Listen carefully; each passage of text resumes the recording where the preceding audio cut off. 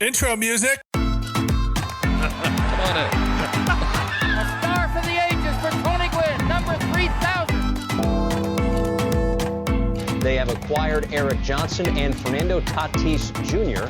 from the White Sox in exchange for James Shield. Welcome to Slam Diego. My name is James. My name is Joey. And this is the Brothers Padre. James. How you doing, man? You know, I've had a pretty good week. I guessed exactly what the Padres' record was going to be. You did. How they got the record, you weren't right. Oh, no, not the at record all. was right. The 4-2 was right. Yeah. How we got the 2 was wrong. Yeah. I'm still calling that a win in my book. I mean, the game we play, yes, it is technically a win in your book, yes. But I think, yeah, it was I think a largely a positive Padre week. I was pleasantly surprised by the first series. I'll say that much. And it was. I'm also pleasantly I'm not unsurprised, but I wanted to be unsurprised about one thing. We'll dig into it later. Yes, I think.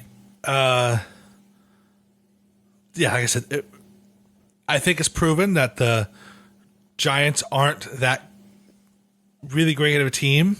Yep. But the Brewers are. Yeah. Yeah. Yep.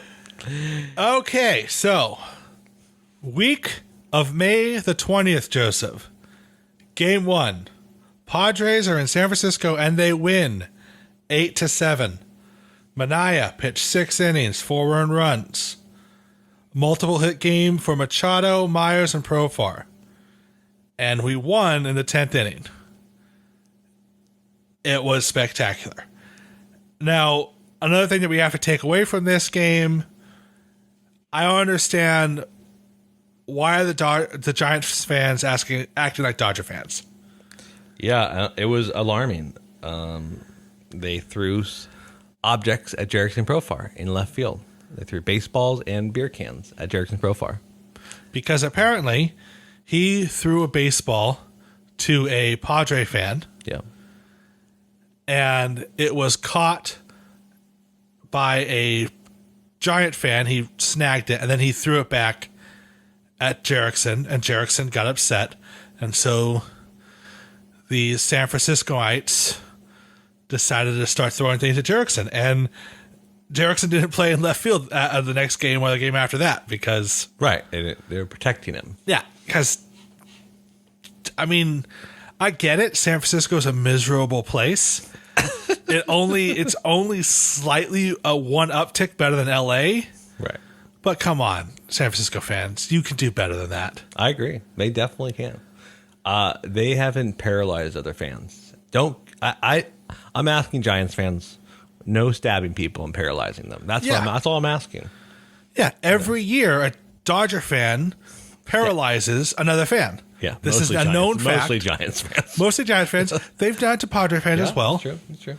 And anyway, so that was that game. Game 2. Padres win 2-1.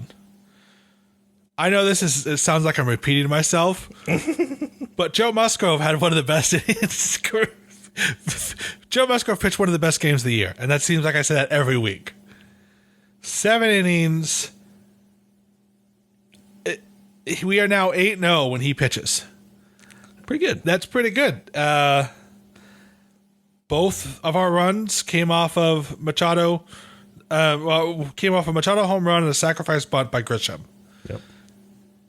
And at this point, you're thinking, oh, the Padres' offense is dead. Yep. And then game 3 on Sunday, Joseph. Yes. Mackenzie Gore, first quality start of his career, 6 innings, 1 earned run. That's burying the lead because we ended up winning 10-1. Every starter got at least 1 hit. Machado got 4, 3 doubles and a triple. Myers got 3 hits. Everybody was hitting, and you thought to yourself, is our offense in check? Is our offense back? And we swept the Giants in San Francisco for the first time since 2016. It felt good. It felt good. I was very surprised. Giants they won, like, they did so well last year. They won over 100 games using Rays-like tactics to win games. And I have a friend who's a Giants fan, and he said at the beginning of this year, it's like, oh, we didn't upgrade enough. We're not actually going to be as good as last year. And I was like, I just can't believe that, because I watched so many Giants games where the Giants just like beat up the Padres a ton. And you're like, I just don't believe that. But man, this Giants team does not seem as strong, as consistent as last year's, for sure. No, and also, literally every other team is adopting those type of strategies. Yeah.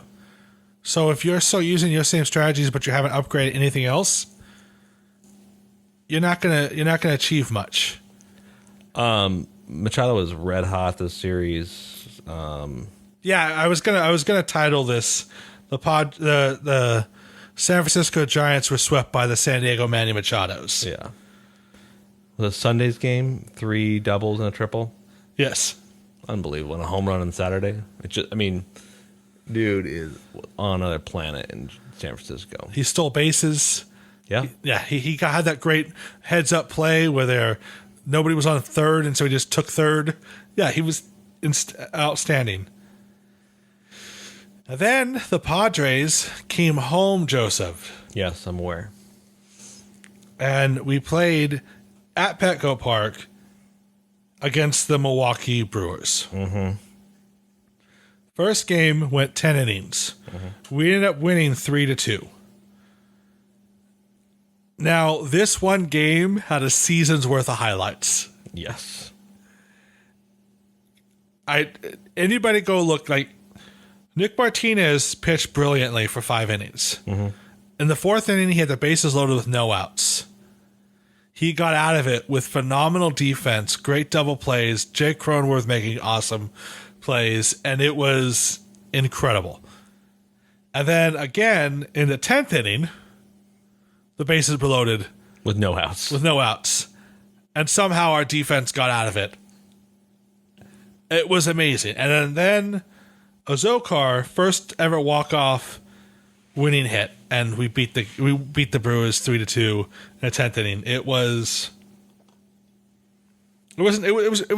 insane. It was like I said, the defense for the Padres has been phenomenal. Yes. All year. And then game 5, which was a Tuesday. Yes. The Padres ended up losing 4-1. Snell looked really sharp this game. Yep. Now, towards the last 2 innings he pitched, because he pitched 5 1/3 innings. The last 2 innings he pitched, he threw a lot of pitches.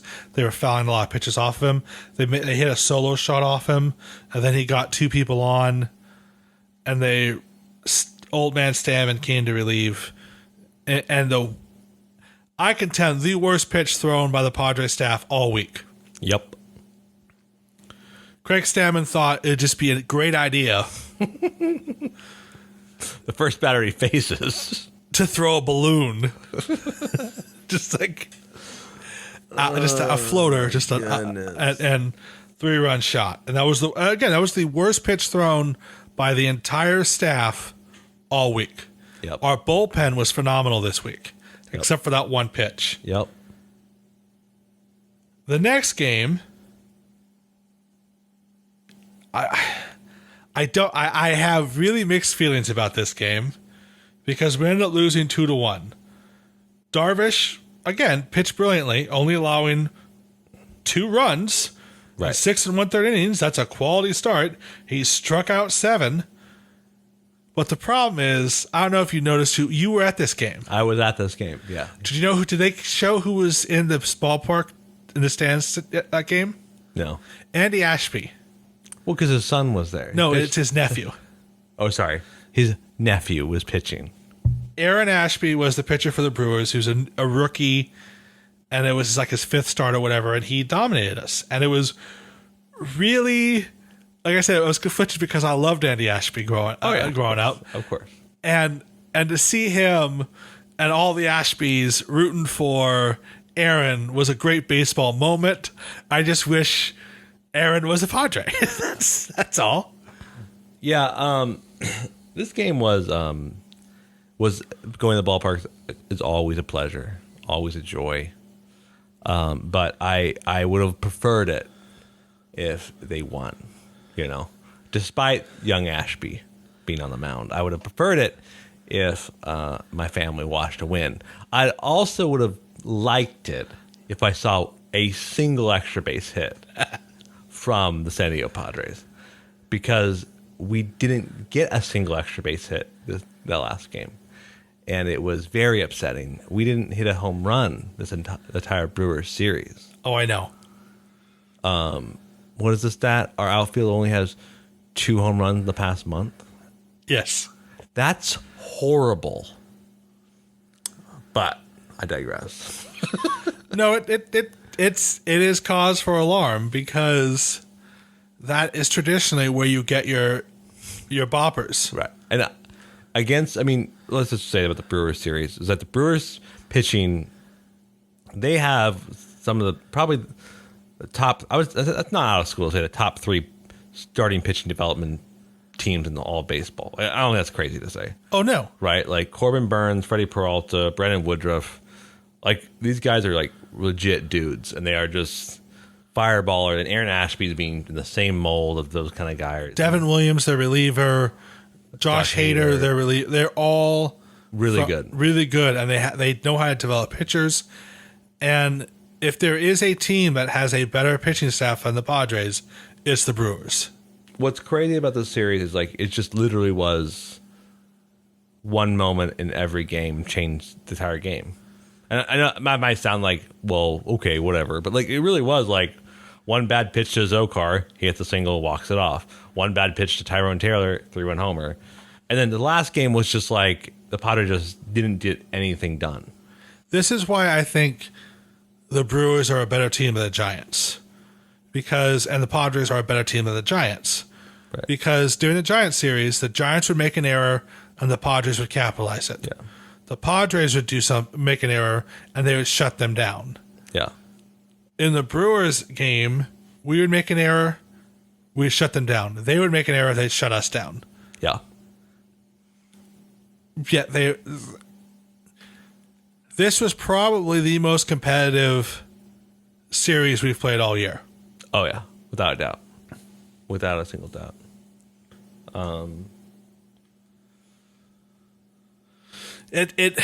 But fun statistic: the Padres have never lost more than 2 in a row all year.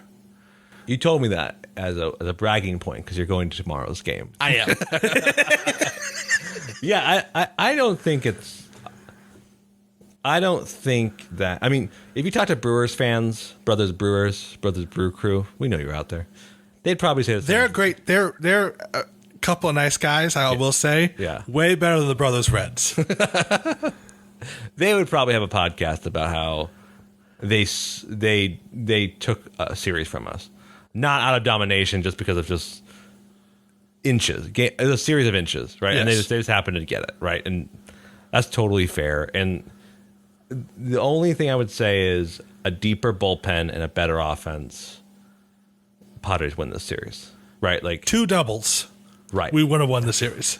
And, Craig Stammen, listen, Craig, you have a sub-4 ERA in career innings with the Padres. You have over 300 innings, and you're generally an okay pitcher, okay? Generally a fine pitcher. But you have an issue with inherited runners that gives me PTSD, okay? Because sometimes you just come in with an inherited runner and they all score. It doesn't give me a lot of confidence. Is it selection bias? Sure. But I have those selections in my mind because you've done it so many times. Sometimes you'll have a clean inning and we'll text each other like, oh my gosh, clean inning. This is incredible. Yeah, it is. It's very incredible. Or he does that. He throws a balloon to Tyrone Taylor and he just hits it into the seats. And I don't know. It's the problems that we have talked about are still the problems.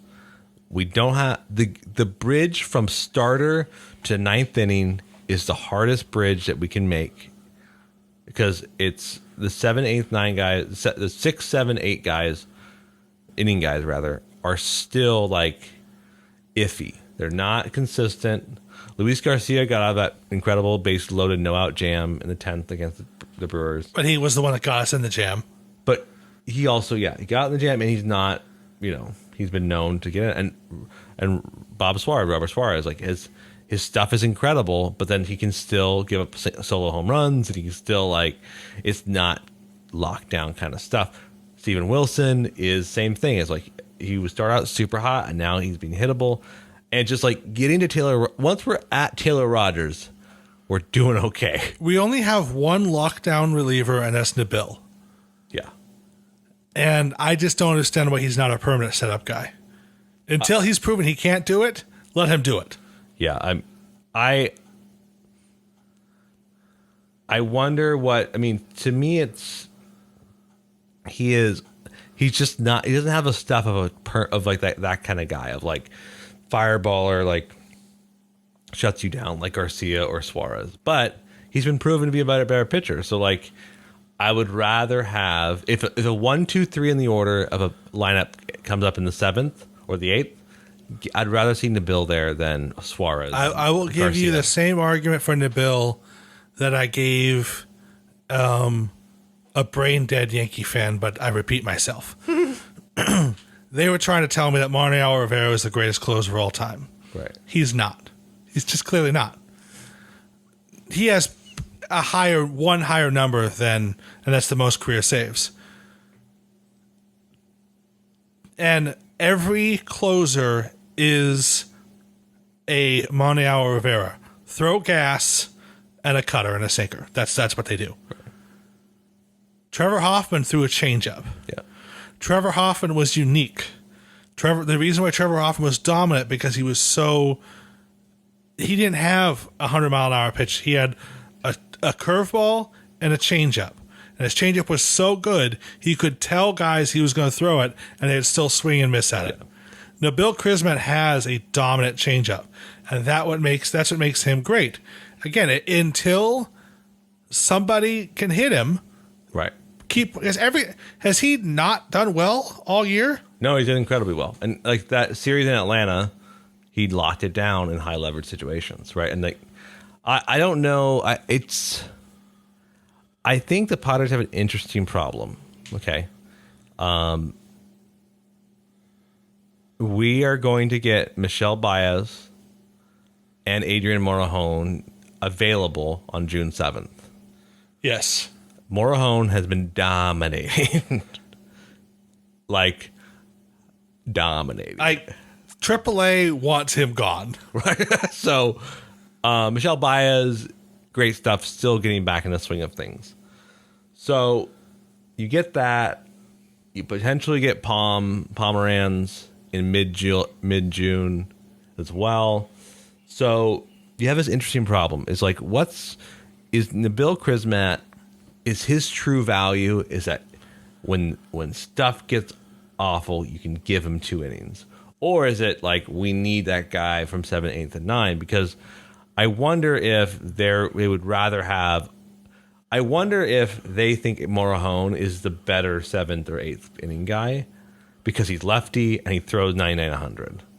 Here's my thing. That's what I think of what's happening now is that they're kind of deciding what are we gonna do. We transition Nabil into a setup guy when we have these guys that are gonna Pomeranz and Morejon that are actually might be better setup guys. Yeah. Whatever they decide to do, yeah. Nabil Crismet still has a major league job. Right. Oh, he's not being demoted. No, he's not. He has proven himself on the first couple months of this season to be our second best reliever. Oh, yeah. You don't, because people, we're going to send him back to AAA. No, we don't. You don't send him to AAA. Steven Wilson will go to AAA before. Yeah, exactly. Right. And even then, I would say you send Suarez or Garcia back to AAA before Wilson, because Wilson's been better than those two guys.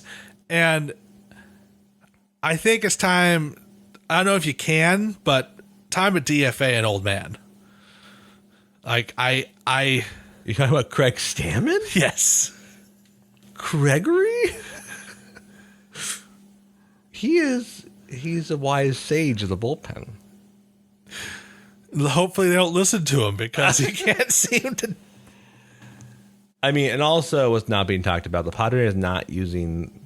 So in our roster, we can use. Major League Baseball has allowed for 14 pitchers to be on the roster.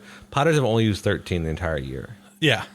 So we could send Alcantara, who's, by the way, on our roster for people who don't know where. There's a guy named Sergio Alcantara, and he's only appears in the ninth inning or when someone needs to be replaced on the field when they're on base. And we could get rid of him and add another pitcher. So the thing is, with this last 6 games, Yep. as a whole, the Padres gave up 18 runs Over 6 games? over 6 games. And, like, for instance, Manaea gave up 4. Musgrove didn't give up any. Gore gave 1. Martinez gave up 2. Snell gave up 4. And Darvish gave up 2. So our bullpen... Snell technically gave up 3. That's true. Craig 3. Stammen got the 1 home run. Oh, that's right. You got the guy who hit the home run, that goes to Craig Stammen. Yeah, that's right. That's right. Anyway, so our bullpen, our starters this week gave up more runs than our bullpen, which is an improvement. Yes. The biggest problem is if the Padres would have scored 2 more runs in a couple of games, we would have won a couple more games. Oh, yeah. We would have come out of this week 6-0. I said this earlier in the podcast, but I cannot stress enough how annoying it is to watch only singles get hit. I didn't know this about myself, but it profoundly disturbs me. I was like, wait, why can't we? Because you know why it disturbs me? Because it's flashbacks to the last 2 months of last year. That's why. Because I was like, surely we'll get a big hit here in this situation. Surely a big hit will come this time, I say. And it doesn't come, James. The big hit never came yesterday in the last game of this 6-game set we're recapping. And it never came the day before. It's just singles and walks and singles. And I really, really don't like it. I want slugging. I want slugging percentage. The Padres are slugging .325 at home. For people that aren't familiar, that's terrible. What that means is that if you take batting average and then you add 2 for every double, 3 for every triple, 4 for every home run, that's a new percentage called slugging. And it's .325. That's a good batting average. That's a horrible slugging percentage. What are we doing? And I spent the morning watching Tatis Jr. highlights because you know what he does? He slugs. He hits homers. He doubles. He triples. And at Petco Park isn't a safe ground for us. We don't hit well at Petco Park. So I said the .325 slugging is specifically at Petco Park. We don't hit well at our home baseball park. And yes, I am annoyed about this because I keep watching games there. Yeah, I'm going Friday and you're going Sunday. Yes. Now, Pirates pitching not as good as the Brewers pitching. So that's what I'm saying. Like, Yeah. I think we're going to get some extra base hits Better, against the James. Pirates. Be better. Because the Brewers series, we didn't have a single home run. That's very bad. True. That's terrible. Also true. Yeah, I also am a little bitter, and I'm gonna transition to some stats I found out about myself. You ready for this, James? Okay. So I've been blessed with a privileged life, so I can watch baseball games. Right? You and I have watched many baseball games at Petco Park. Yes. I've never done this before. I've tallied my wins and losses Since you become a season ticket holder. since I've become a season ticket holder. surprise, surprise, the first half of last year looked pretty good. I know. I was in a lot of those games. We did pretty good. It was, the first, let me count here real fast. It was actually 500 the first half. First 6 games, 500. 3 losses, 3 wins. Oh, sorry. 4 losses, 4 wins. So first 8 games of last year, that's not terrible. No, it's not at all. When I'm in attendance. That's pretty good. Baseball's a tough sport. Whatever. It's fun to be at the ballpark. Now, the last 10 games I have seen at Petco Park, stretching to last year, I am 2 for 8. I have seen 2 wins and 8 losses. And I've shared this on the podcast before. I've seen horrible losses. I've seen a 10-2 loss recently with you, a 15-5 loss, a 7-0 loss, a 8-6 loss, 7-4 loss. And you know what really grinds my gears, James? What's that? Twice, no one could take my tickets. I had to sell my tickets. And you know what happened in both of those games? Victory. Both times, Padres had a walk-off home run. So what I'm trying to say is, Padres fans, give me your best offers for my season tickets, and you'll see lots of walk-off home runs. I was going to say, I've seen 4 games so far this year. I've seen 2 victories and 2 losses. Yeah. And it's not a coincidence that the 2 losses were when I was with you. Hey, The 2 victories is when you couldn't go to the game and I had the day off and I was able to take your seats. Friday, it is, man. If I'm going to see a loss, at least get me extra base hits. You know what I mean? Just get to second base. You know what I mean? Also, Eric Hosmer, what's going on, buddy? What are you doing? Like, do we have to be like this again? I know. We were so much on your train and we were so happy. You can't seem to get hits and you can't seem to play defense again. I can just hear the old heads being like, "Oh, his batting average over 300." Do you understand how batting average works? It's a counting stat. It goes up or down as the season goes along. He was so hot, his batting average was high, but you notice it's dropping. You know why it drops? Because he's not getting hits. 3 weeks ago, he was hitting 375. Yeah. He's now hitting, I think, 308. Just bad, Gene. Yeah, I don't know, man. The problem is Luke Voight. Has he ever hit it? Like he had a 2-homer game, and that's it. He does draw more walks than Hosmer. That is true. I will say, and I've texted this so much to you. I feel like if I look up the word "wet blanket" in my text messages, it's just going to be all to you the past 3 weeks. Because we have so many wet blankets on our team right now. From up to bat, you're just like, what are you gonna do? I don't know. Like Robbie Cano, Luke Voight, Eric Hosmer, and like I've been Myers is becoming average, and that's fine. Yes, that's totally fine. He's hitting around 250. He's still getting synced. He got several hits in San Francisco, and he got 3 hits during the Brewers series. Yeah, that's fine. Yeah. He can beat out a ground ball more than Hosmer. He's our best offensive producing outfielder. Which is sad, but I will take it. Yes. At this point. We always knew Profar was never going to be our everyday left fielder, but the problem is he got off to such a hot start, 5 home runs in like 3 games, but he hasn't had a home run since. Oh, he also has suddenly become like a great left fielder. Oh, yeah. Right, so it's tough to take from him. But we don't, like, Manny Machado is the guy. That's it. And he had a tough Brewers series because guess what? They're very good pitchers. Jake Cronenworth, where you at, buddy? Trent Grisham, actually had an okay Brewers series. Maybe some little revenge in him. A little bit of like... But yeah, besides that, it's just we're not...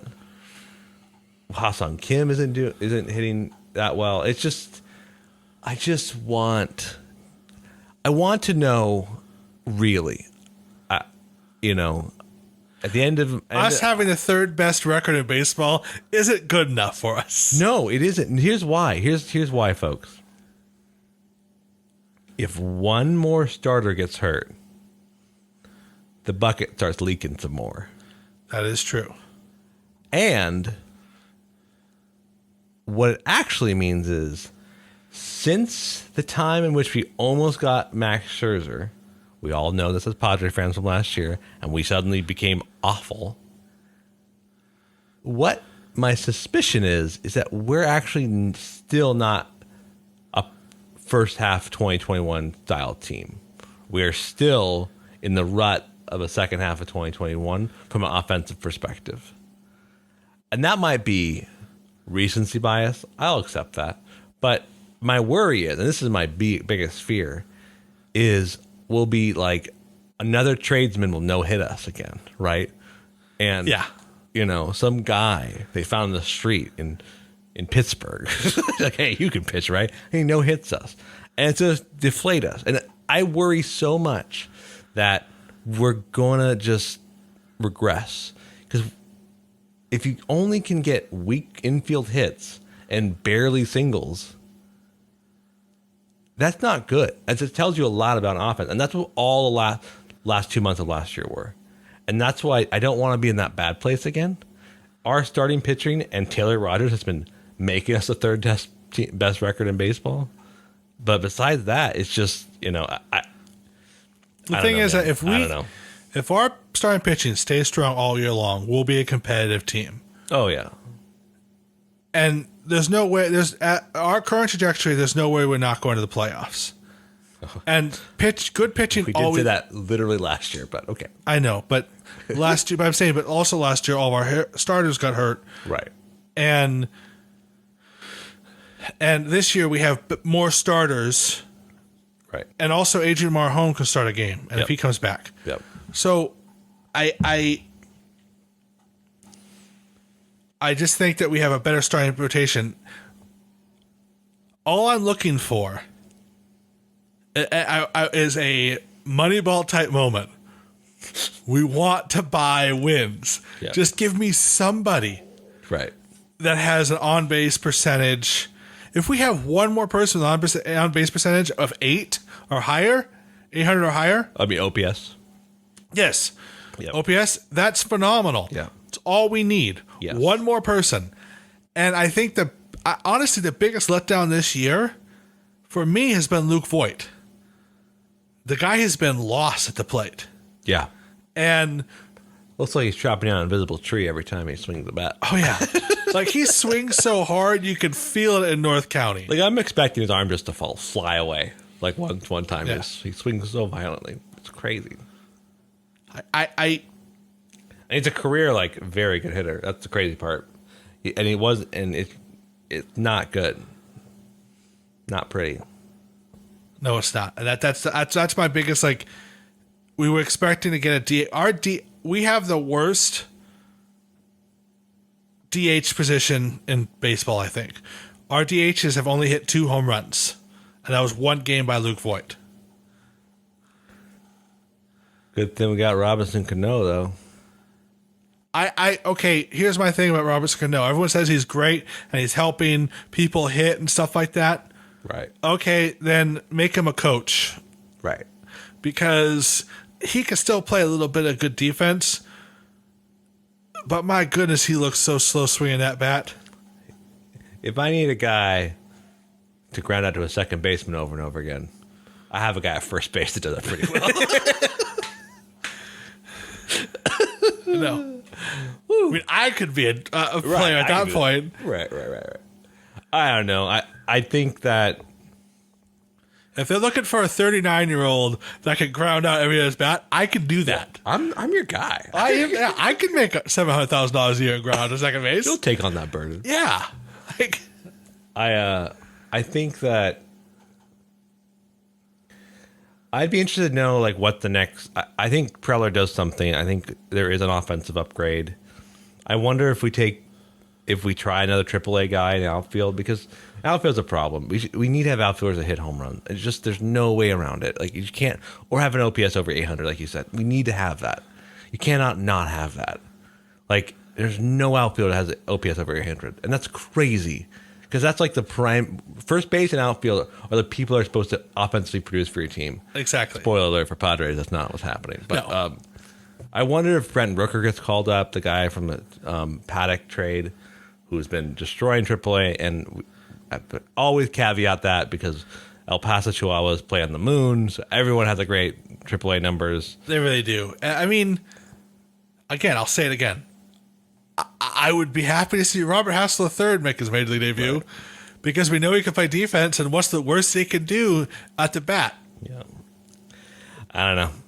Something has to happen, or I don't know. Maybe Trent Grisham breaks out. Maybe Jake Cronenworth breaks out. Maybe Eric Hosmer becomes April Eric Hosmer again. Like there is a world in which is okay, and then Tatis comes back, and I don't know. It makes a 2-1 lead shouldn't feel like 30-1. I agree. And yesterday watching the game, I was like, I don't think we're gonna win because how can infield hits win?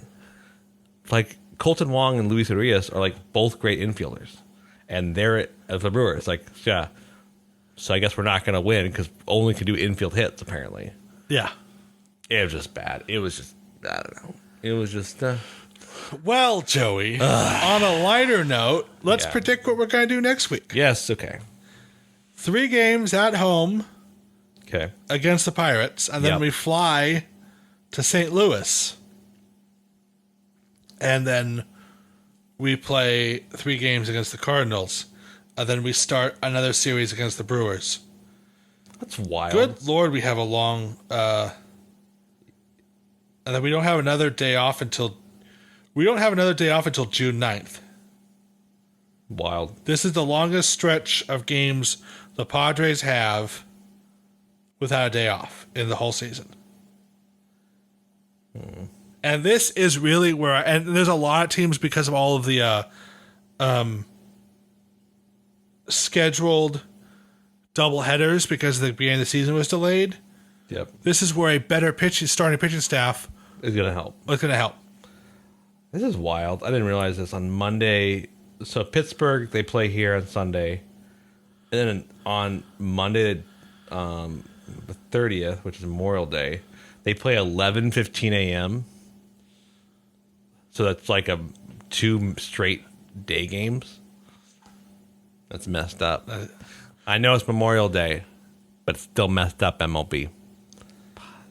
But Anyways, what I predict? okay, what do you predict? I'm going to say 4-2 again. So 3 against the Pittsburgh Pirates, and then we travel to St. Louis for 3 games. Yes. 4-2 again. Okay, tried and true 4-2. And my problem is, I think we're going to sweep the Pirates, That would be the hope. Yes. and we'll probably if we can win 2 out of 3 from the Cardinals, that will be the best day ever because then we play 4 in Milwaukee and so I would love to be 5-1, Okay. but I think 4-2. So we dropped 2 against the Cardinals. Is that what Yeah. you're saying? Wow, I think so. that's aggressive. That's an aggressive for you. That's pretty negative. Paul- You're the optimist in our predictions. The problem is, out of all the teams, the Cardinals have the most Padre killers. yeah, you have a lot of them. Like Paul Goldschmidt and Aaron Arenado have always killed the Padres. Yeah, it's not they're not kind to us. That's for sure. And you know who also kills the Padres pitching in Petco Park? But we're not going to be in Petco Park, but he's still Albert Pujols. Yep. What lefty would be pitching? He only starts against lefties. Okay. So I guess that'd be Wednesday's game, maybe, if Manaea's pitching every 5 games. Or Snell. I guess Snell, right? Yeah. Yeah. So this is interesting. So we should sweep the Pirates. We should. Now, if we can't hit extra base hits, we're not going to. I think we drop one to the Pirates. I think it's the Sunday game. I'm going to. So this is the ultimate experiment. Ladies and gentlemen, I'm going Friday, and Joey's going Sunday. We can see who has the better luck with the Pirates. I can tell you right now what's going to happen.